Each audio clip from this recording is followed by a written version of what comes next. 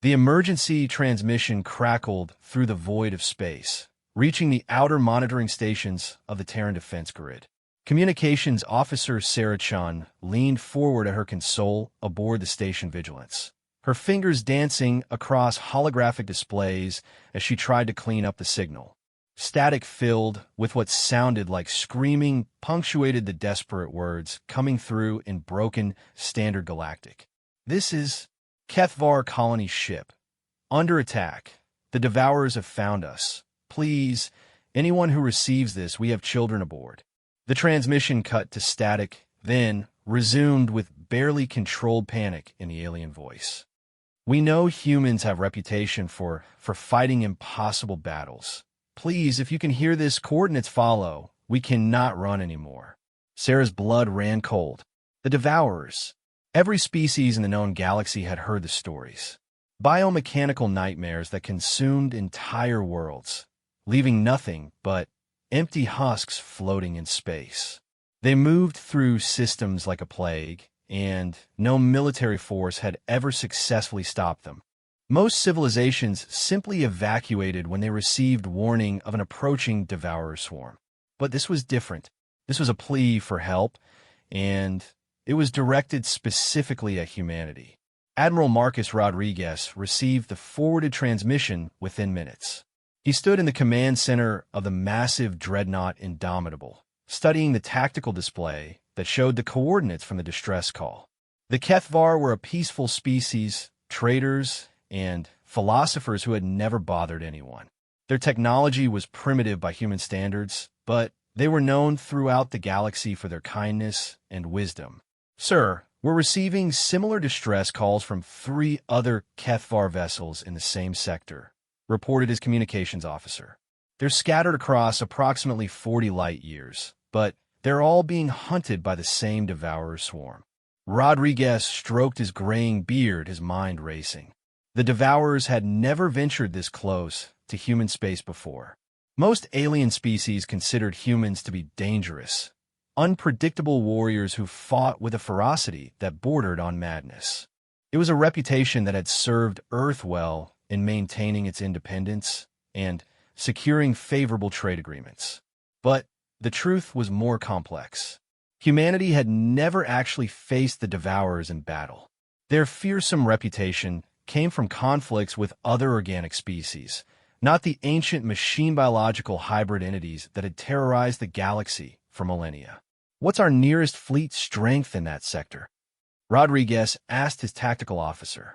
"The 5th Fleet is conducting training exercises about 15 light-years away.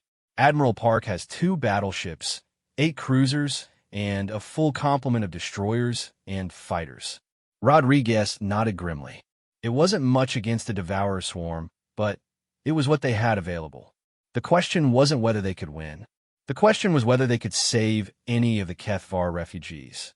"Give me a direct line to Admiral Park," he ordered. Within minutes, Admiral Jennifer Park's stern face appeared on the holographic display. Behind her, Rodriguez could see the bridge of her flagship, the Defiance, with crew members moving with practiced efficiency. "Marcus, I assume this is about the Kethvar distress calls," Park said without preamble. "My communications team picked them up as well." "What's your assessment, Jennifer?" Park's expression was grim. "Based on the energy signatures we're detecting, we're looking at a Class 7 Devourer swarm. Conservative estimate puts their numbers at over 200 vessels, including at least 3 of their massive harvester ships." Rodriguez felt a chill run down his spine. A Class 7 swarm was capable of stripping the biosphere from an entire planet in a matter of days. The largest force humanity had ever assembled for a single battle involved fewer than 100 ships. "Sir," interrupted his tactical officer, "we're receiving reports from deep space monitoring stations. The Devourer swarm has already consumed 2 Kethvar refugee ships.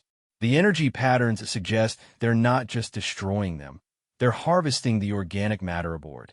The bridge fell silent. Everyone understood what that meant. The Devourers weren't just killing the refugees. They were incorporating their biological material into their own twisted forms. Rodriguez made his decision. "Jennifer, Prep your fleet for immediate jump to the HFY coordinates. I'm mobilizing everything we have in the sector. Marcus, we both know the odds here. Even if we throw everything we have at them, we're talking about a 60-to-1 disadvantage. Maybe worse. The HFY asked for help. They specifically asked for human help. Rodriguez straightened his shoulders. We've built our reputation on being the species that fights when others run. Time to see if we've earned it. Park was quiet for a moment, then nodded slowly. Understood, sir. The Fifth Fleet will jump in 30 minutes. As the connection ended, Rodriguez turned to his communications officer. Send a message to Earth Command.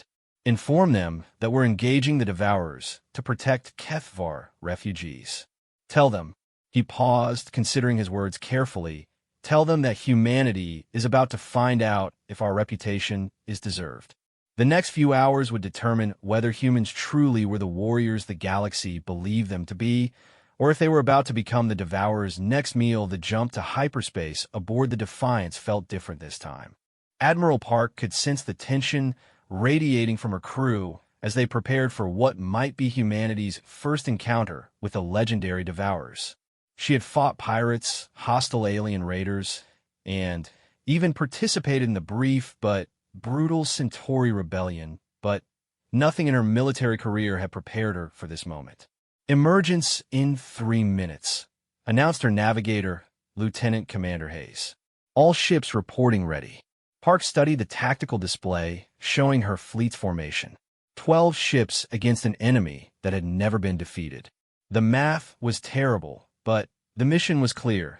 Save as many HFY civilians as possible and gather intelligence on Devourer capabilities. Sir, incoming transmission from the remaining HFY vessels, reported her communications officer. The hologram that appeared showed a tall, willowy alien with silver skin and large, dark eyes filled with fear. The HFY's translator rendered his words in accented standard. Human vessels. This is Captain Veltar of the refugee ship Gentle Current. We detected your approach. You should not have come. The Devourers they are beyond anything we have ever seen. Please, save yourselves while you still can. Park leaned forward. Captain Veltar, this is Admiral Park of the Terran Navy. We're here to help. What's your current status? We have 43 ships remaining from our original convoy of 70. Approximately 12,000 civilians, mostly families with younglings. The Devourers have been hunting us for 6 days. Our weapons cannot penetrate their hulls, and our fastest ships cannot outrun their scouts. Understood. We'll need you to follow our lead precisely. Can your ships maintain formation in combat?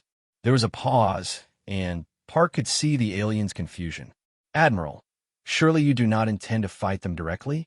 Even the mighty Zordan Empire retreats when the Devourers appear. Captain, we're human. We do things differently. The hyperspace window collapsed around them, and Park's fleet emerged into chaos.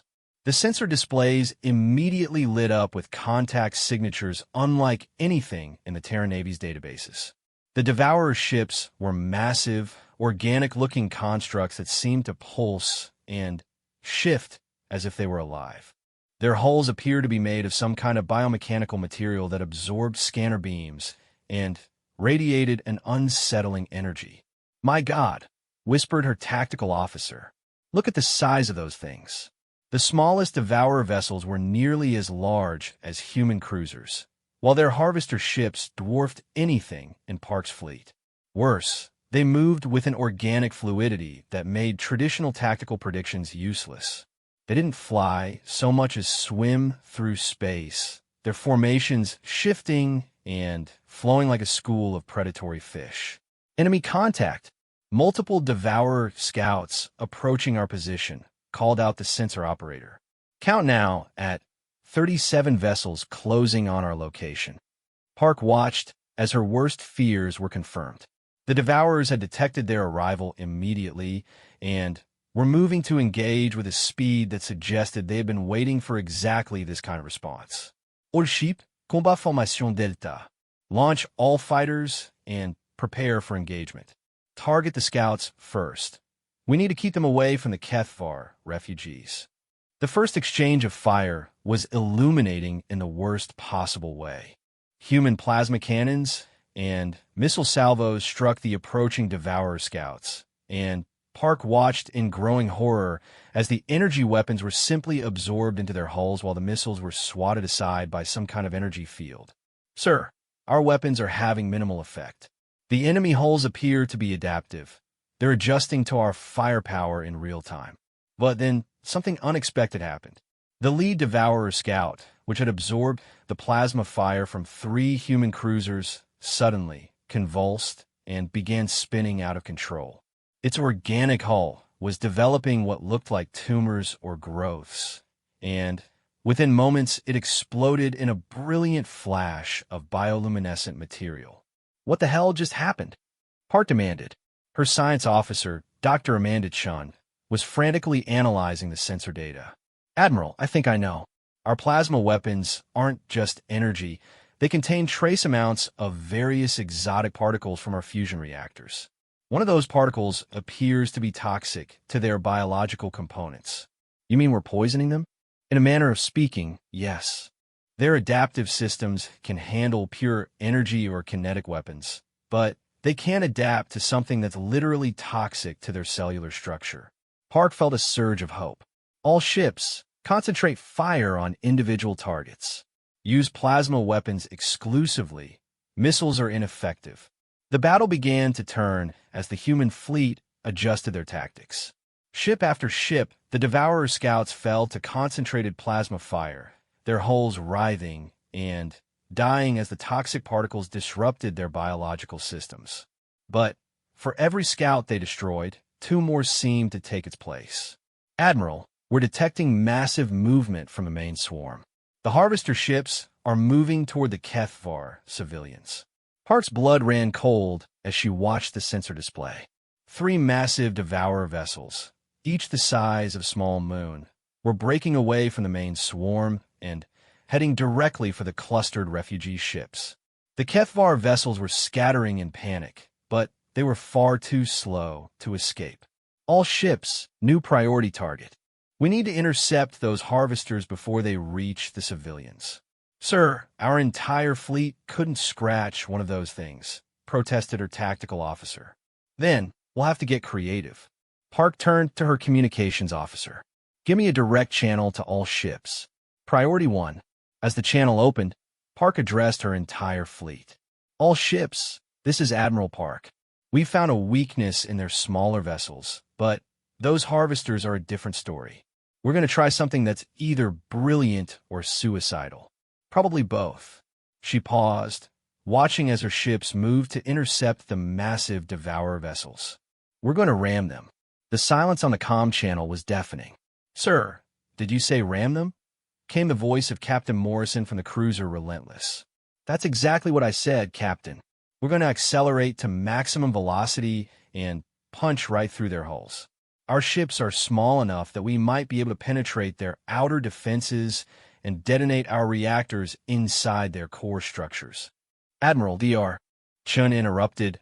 "The energy release from even one fusion reactor detonating inside a biological structure of that size could cause a cascade failure throughout their entire system." Park nodded grimly. "Exactly. We're going to turn ourselves into poison pills and make them choke on us." The plan was insane, desperate, and completely unprecedented. But as the massive Devourer harvesters bore down on the helpless HFY refugees, Admiral Park knew it might be their only chance to prove that humanity's reputation as the galaxy's most dangerous warriors wasn't just empty boasting. Captain Elena Morrison of the cruiser Relentless was the first to volunteer for the suicide run. Her ship had taken heavy damage from the Devourer scouts, and her engine efficiency was down to 60%. More importantly, she had served under Admiral Park for 8 years and trusted her commander's tactical instincts completely. "Admiral, Relentless requesting permission to make the first run," Morrison transmitted. "Our reactor is running hot anyway, and we've got the least to lose if this doesn't work." "Granted, Captain. Set your course for the lead harvester. All other ships will follow your lead and target the remaining 2. Morrison turned to her bridge crew.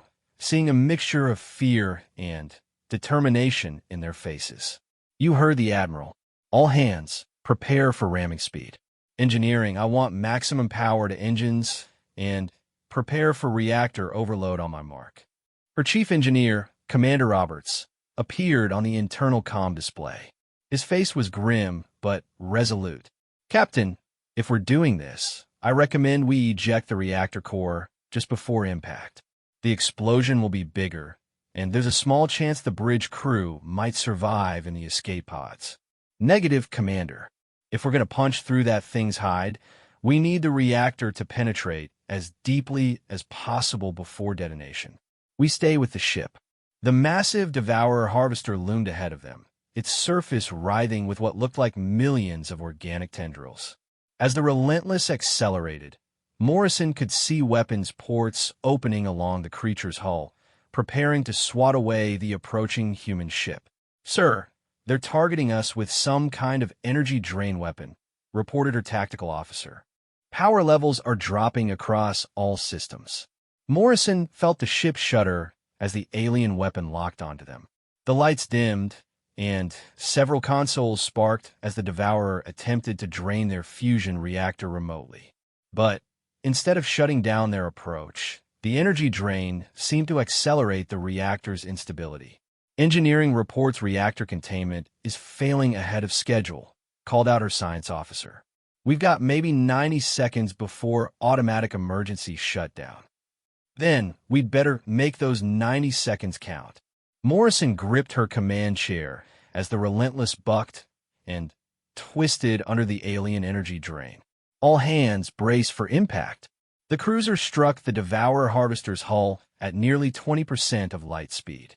The impact sent shockwaves through both vessels, but instead of bouncing off or being destroyed by the creature's defenses, the human ship punched through the organic armor like a spear through flesh. Morrison felt the ship spinning as they penetrated deeper into the harvester's interior. Around them, the walls pulsed with bioluminescent veins, and she could hear the hull groaning under impossible pressures.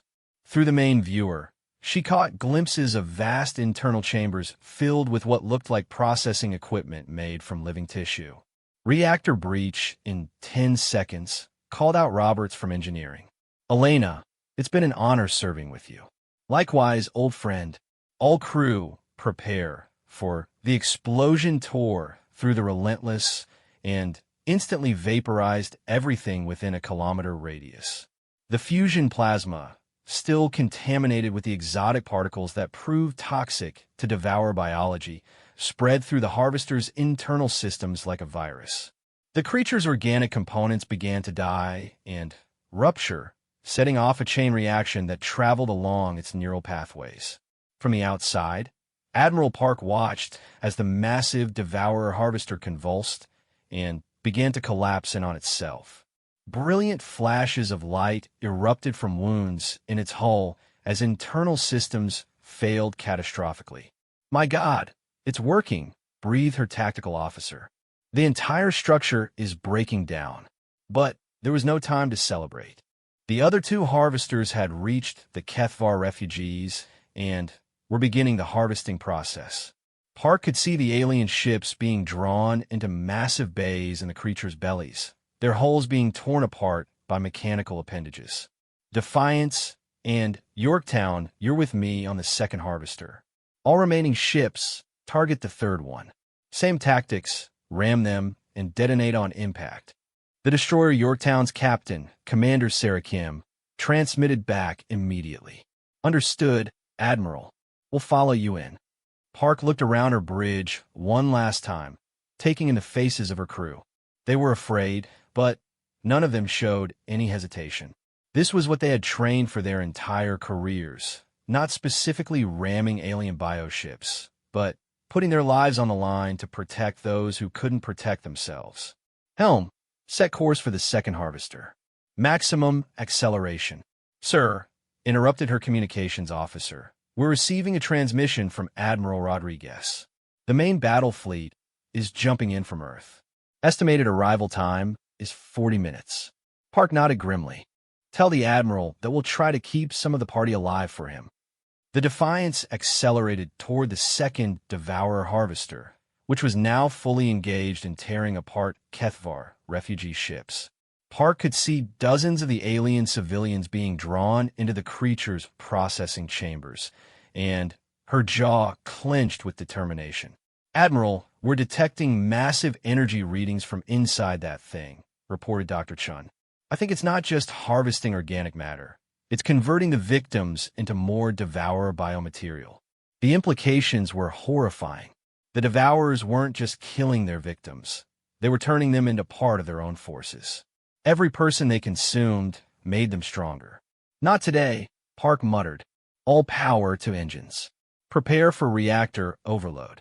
The second ramming attack was even more spectacular than the first. The Defiance penetrated deep into the Harvester's core before exploding, and the resulting fusion blast triggered a cascade failure that ripped the creature apart from the inside.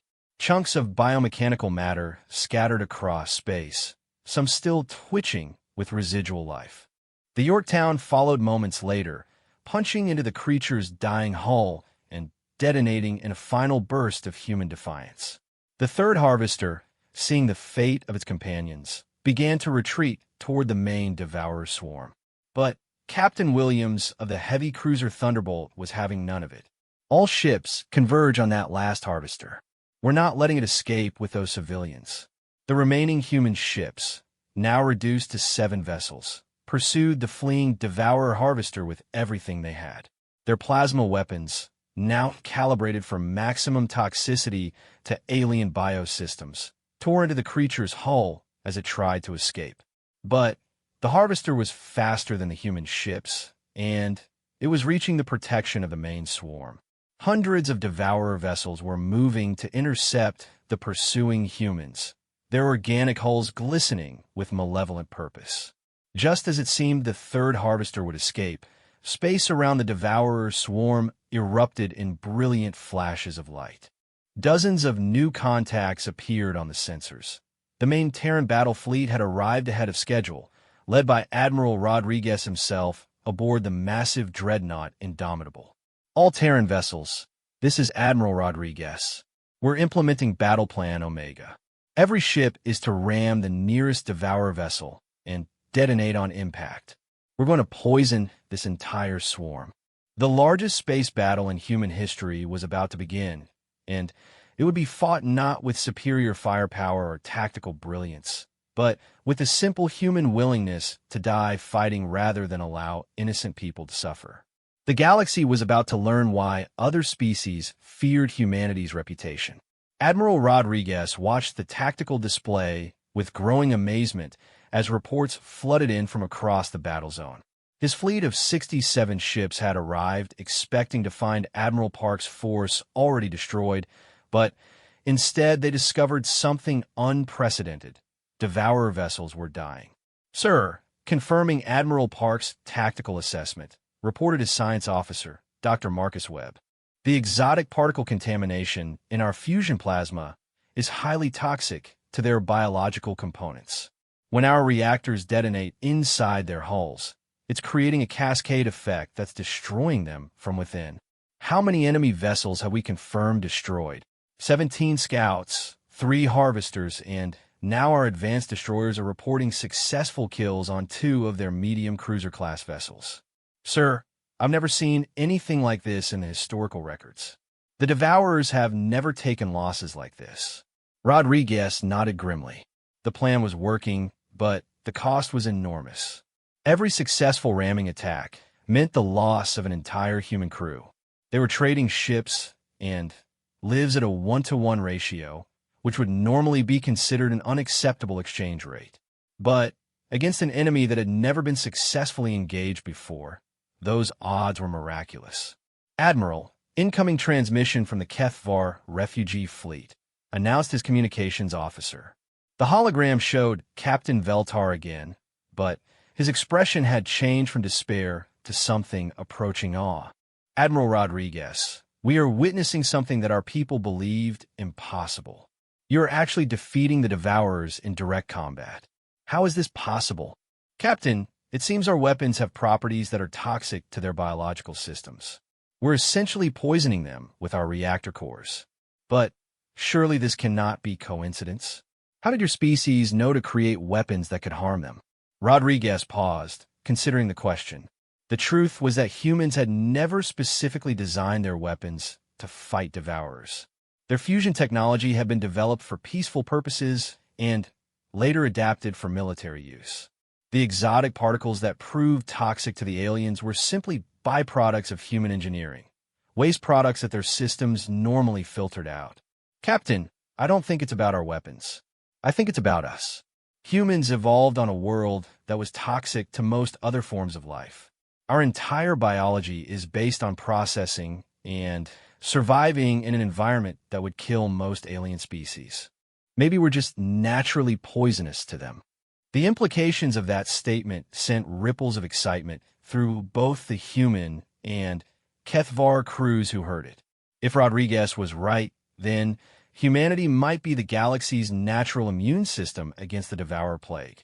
But there was no time to contemplate the philosophical implications. The main Devourer swarm was regrouping after the initial shock of losing so many vessels, and their response was terrifying in its scope. Massive biomechanical constructs began emerging from the largest vessels, creatures that dwarfed even the harvesters they had just destroyed. Sir, sensors are detecting new contact types. Classification unknown, but they're enormous. The smallest one is over 5 kilometers long. Rodriguez studied the tactical display as the new Devourer vessels deployed. These weren't ships in any conventional sense. They were living weapons, creatures bred and shaped for war. Their hulls pulsed with energy conduits, and appendages the size of cruisers writhed along their flanks. Dr. Webb, analysis? Preliminary scans suggest these are some kind of superorganisms. They appear to be designed specifically for combat, with multiple weapon systems integrated directly into their biological structure. Sir, I'm reading energy signatures that suggest they might be capable of planetary bombardment. The battle took on a new dimension as the Devourer superorganisms began their attack. Energy beams that could slice through a battleship's hull with ease lanced out across space, while massive organic projectiles were launched toward the human fleet. But Rodriguez noticed something crucial. The aliens were avoiding close-range combat. They're staying back, he observed. They know we have to get close to hurt them, so they're trying to keep us at a distance. Sir, we could coordinate a mass charge. If every ship accelerates simultaneously, some of us might get through. Rodriguez shook his head. No, that's exactly what they expect us to do. We need to be smarter. He turned to his tactical officer. What's the status on our fighter wings? All carriers have launched. We've got over 200 fighters deployed, but they're too small to carry fusion reactors powerful enough to hurt those superorganisms. Maybe we don't need to hurt them directly. Rodriguez studied the display, his tactical mind working through the possibilities. Dr. Webb, could we modify our fighter-launched missiles to carry fusion plasma instead of conventional warheads? Theoretically, yes. We need to strip out the guidance systems and most of the propulsion to make room for plasma containment, but it could work. The missiles would essentially become one-shot poison darts. Do it, and coordinate with all carriers. I want every fighter modified with plasma-tipped missiles. Across the fleet, human engineers worked with desperate efficiency to modify their weapons. Fighter pilots, meanwhile, began implementing new tactics that would have been considered insane under normal circumstances. Instead of trying to avoid the massive alien superorganisms, they began flying directly toward them, using their small size and maneuverability to avoid the creature's defensive fire. Lieutenant Sarah Park, no relation to Admiral Park, was among the first to test the new weapons. Her fighter screamed through space toward one of the smaller superorganisms, dodging energy beams and organic projectiles while her modified missiles locked on a target. Control, this is Lightning 7. Beginning attack run on Superorganism Alpha. Copy, Lightning 7. Remember, you need to penetrate their hull before detonating the plasma payload. Sarah's fighter shuddered as a near miss from an energy beam overloaded several systems.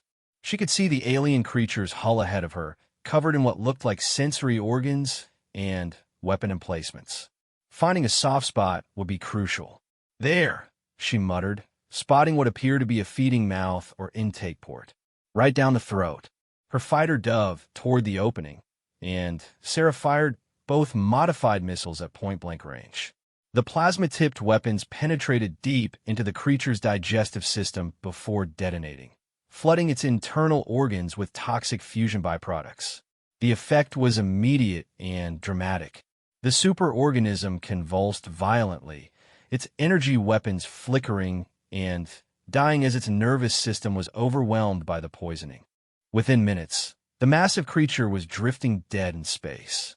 Lightning 7 to control. Target is down. Repeat, superorganism Alpha is destroyed. Cheers erupted across the human fleet as the new tactics proved successful. Fighter after fighter made similar attacks, using their speed and size advantage to deliver poison payloads directly into the aliens' most vulnerable areas. But the Devourers were adapting. The remaining superorganisms began closing their intake ports and developing new defensive strategies. Worse, the main swarm was beginning to retreat toward the edge of the system, preparing to escape with whatever resources they had already harvested. "Sir, they're trying to withdraw," reported the tactical officer. Rodriguez made a command decision that would be studied in military academies for generations. "All ships pursue and destroy. We cannot allow any of these creatures to escape and warn others about our capabilities. Today, we end the Devourer threat permanently." The human fleet, now reduced to fewer than 30 ships, charged after the retreating alien swarm in the largest pursuit action in naval history. They were outnumbered, outgunned, and operating far from any support, but they were also humanity's finest warriors facing an enemy they had learned how to kill. The final phase of the battle was about to begin, and with it, humanity's transformation from a regional power into the galaxy's apex predator. The pursuit lasted 18 hours and covered 3 star systems. Admiral Rodriguez pushed his remaining ships to their absolute limits, knowing that every moment of delay allowed more Devourer vessels to escape into deep space. The aliens' retreat had initially appeared chaotic, but as the chase continued, a disturbing pattern emerged. "Sir, they're not just running," observed Dr. Webb as he analyzed the sensor data. "They're transmitting constantly on frequencies we can't decode. I think they're sending intelligence back to their main fleet. About our capabilities? About our weaknesses. They've figured out that we have to get close to hurt them, and they know we're trading ships one for one. A larger Devourer force could simply overwhelm us through numbers." Rodriguez felt a chill run down his spine. If the Devourers learned to counter human tactics and returned in greater numbers, Earth itself could be in danger. The decision to pursue suddenly became even more critical.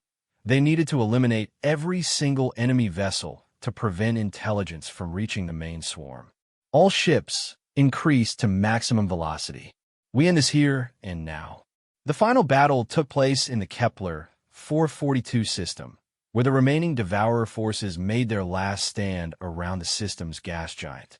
The aliens had arranged their ships in a defensive sphere, with their largest superorganisms at the center and smaller vessels forming protective layers around them.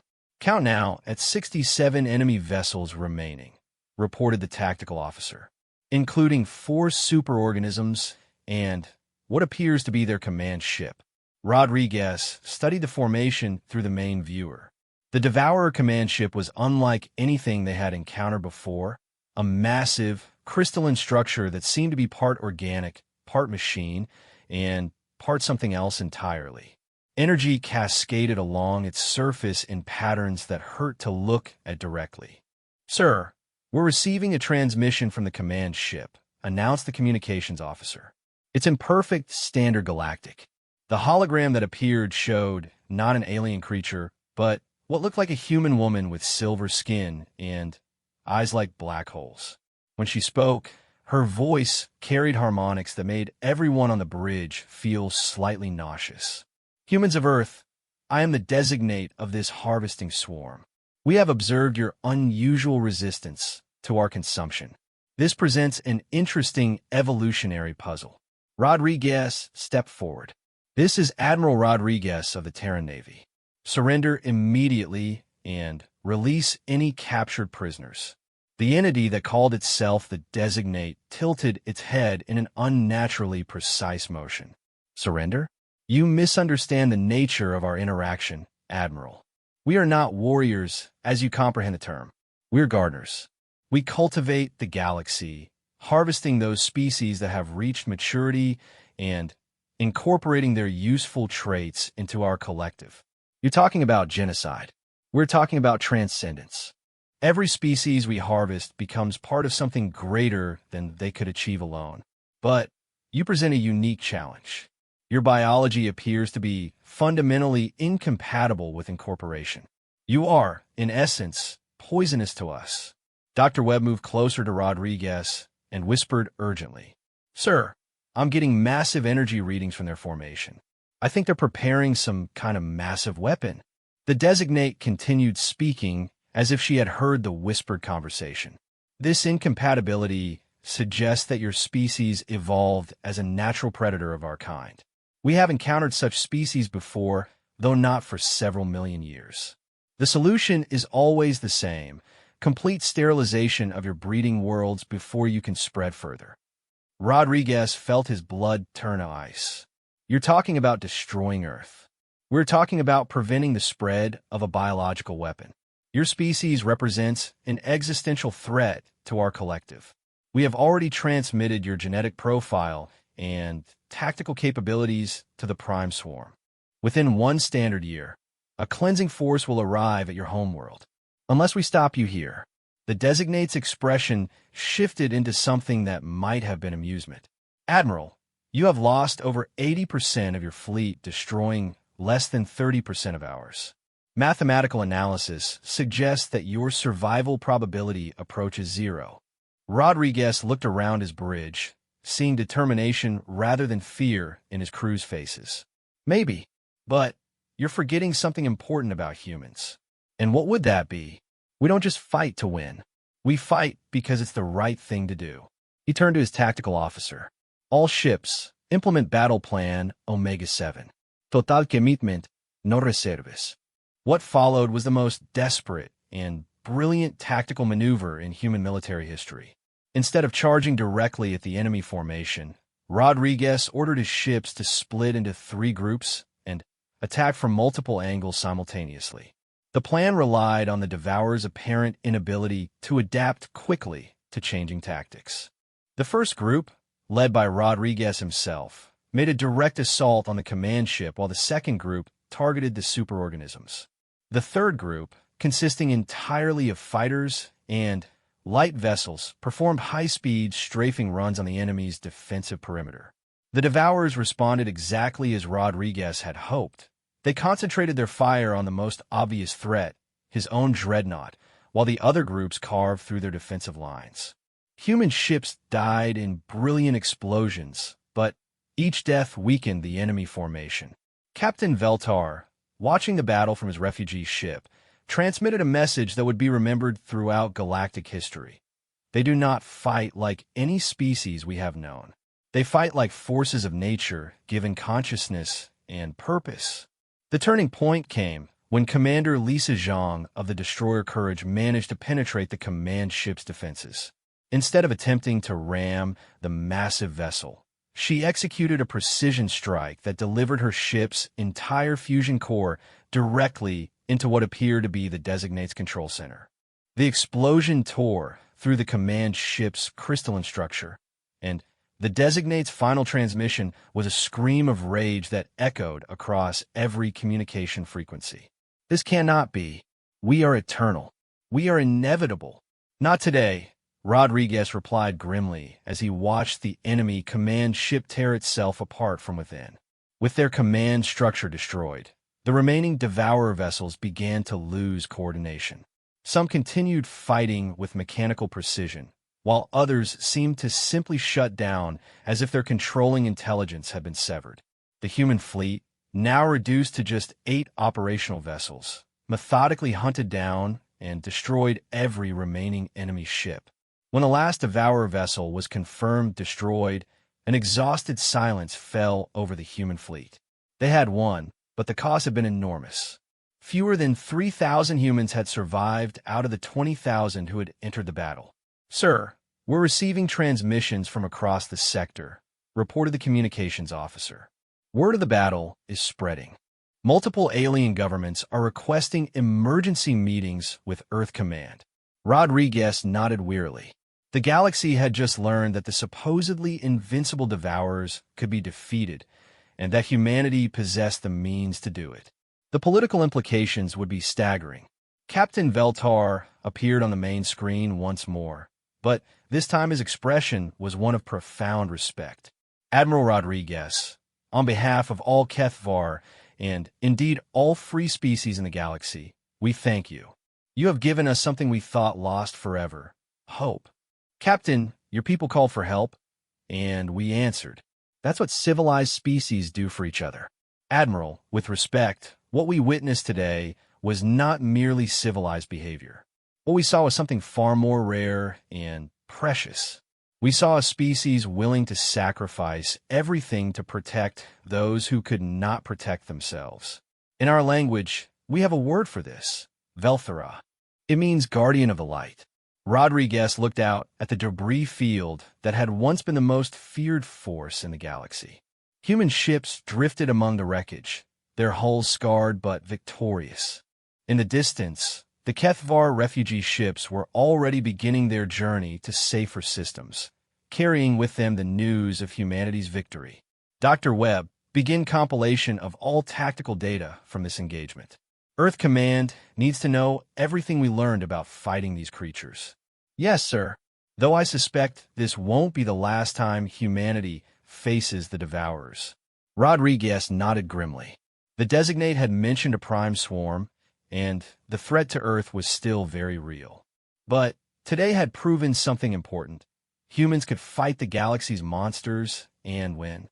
6 months later, the Battle of Kepler 442 had become legend throughout the galaxy. Humanity found itself transformed from a relatively minor power into the military protector of dozens of alien civilizations. The Terra Navy began receiving requests for assistance from across known space, and human ships became a welcome sight in systems that had lived in fear of the Devourers for millennia. Admiral Rodriguez, now promoted to Fleet Admiral and commander of all human forces, stood on the bridge of Earth's newest and most powerful vessel, the Supercarrier Defiance, named in honor of Admiral Park's heroic sacrifice. Around him, the largest fleet in human history prepared for its next mission, hunting down and destroying every remaining Devourer swarm in the galaxy. The aliens had asked for help, and humanity had answered with its fleet. Now, they would continue answering until every last one of the galaxy's monsters was dead, and the light of civilization could shine safely among the stars. The age of human guardianship had begun. The emergency transmission crackled through the void of space, reaching the outer monitoring stations of the Terran defense grid. Communications Officer Sarah Chun leaned forward at her console aboard the station Vigilance, her fingers dancing across holographic displays as she tried to clean up the signal.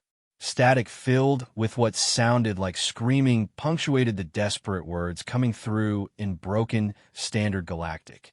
"This is HFY colony ship. Under attack. The Devourers have found us. Please, anyone who receives this, we have children aboard." The transmission cut to static, then resumed with barely controlled panic in the alien voice. "We know humans have reputation for fighting impossible battles. Please, if you can hear this, coordinates follow. We cannot run anymore." Sarah's blood ran cold.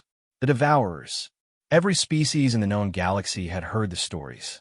Biomechanical nightmares that consumed entire worlds, leaving nothing but empty husks floating in space. They moved through systems like a plague, and no military force had ever successfully stopped them. Most civilizations simply evacuated when they received warning of an approaching devourer swarm. But this was different. This was a plea for help, and it was directed specifically at humanity. Admiral Marcus Rodriguez received the forwarded transmission within minutes. He stood in the command center of the massive dreadnought Indomitable, studying the tactical display that showed the coordinates from the distress call. The Kethvar were a peaceful species, traders, and philosophers who had never bothered anyone. Their technology was primitive by human standards, but they were known throughout the galaxy for their kindness and wisdom. "Sir, we're receiving similar distress calls from 3 other Kethvar vessels in the same sector," reported his communications officer.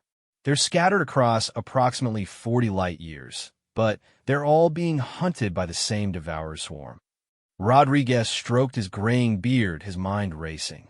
The devourers had never ventured this close to human space before. Most alien species consider humans to be dangerous, unpredictable warriors who fought with a ferocity that bordered on madness. It was a reputation that had served Earth well in maintaining its independence and securing favorable trade agreements. But the truth was more complex. Humanity had never actually faced the devourers in battle. Their fearsome reputation came from conflicts with other organic species, not the ancient machine-biological hybrid entities that had terrorized the galaxy for millennia. "What's our nearest fleet strength in that sector?" Rodriguez asked his tactical officer. "The Fifth Fleet is conducting training exercises about 15 light-years away. Admiral Park has 2 battleships, 8 cruisers, and a full complement of destroyers and fighters." Rodriguez nodded grimly. It wasn't much against the devourer swarm, but it was what they had available. The question wasn't whether they could win. The question was whether they could save any of the Kethvar refugees. "Give me a direct line to Admiral Park," he ordered. Within minutes, Admiral Jennifer Park's stern face appeared on the holographic display. Behind her, Rodriguez could see the bridge of her flagship, the Defiance, with crew members moving with practiced efficiency. "Marcus, I assume this is about the Kethvar distress calls," Park said without preamble. "My communications team picked them up as well." "What's your assessment, Jennifer?" Park's expression was grim. "Based on the energy signatures we're detecting, we're looking at a Class 7 devourer swarm. Conservative estimate puts their numbers at over 200 vessels, including at least 3 of their massive harvester ships." Rodriguez felt a chill run down his spine. A Class 7 swarm was capable of stripping the biosphere from an entire planet in a matter of days. The largest force humanity had ever assembled for a single battle involved fewer than 100 ships. "Sir," interrupted his tactical officer, "we're receiving reports from deep space monitoring stations. The devourer swarm has already consumed 2 Kethvar refugee ships. The energy patterns suggest they're not just destroying them. They're harvesting the organic matter aboard." The bridge fell silent. Everyone understood what that meant. The devourers weren't just killing the refugees. They were incorporating their biological material into their own twisted forms. Rodriguez made his decision. "Jennifer, prep your fleet for immediate jump to the Kethvar coordinates. I'm mobilizing everything we have in this sector. Marcus, we both know the odds here. Even if we throw everything we have at them, we're talking about a 60-to-1 disadvantage. Maybe worse." The Kethvar asked for help. They specifically asked for human help. Rodriguez straightened his shoulders. "We've built our reputation on being the species that fights when others run. Time to see if we've earned it." Park was quiet for a moment, then nodded slowly. "Understood, sir. The Fifth Fleet will jump in 30 minutes. As the connection ended, Rodriguez turned to his communications officer.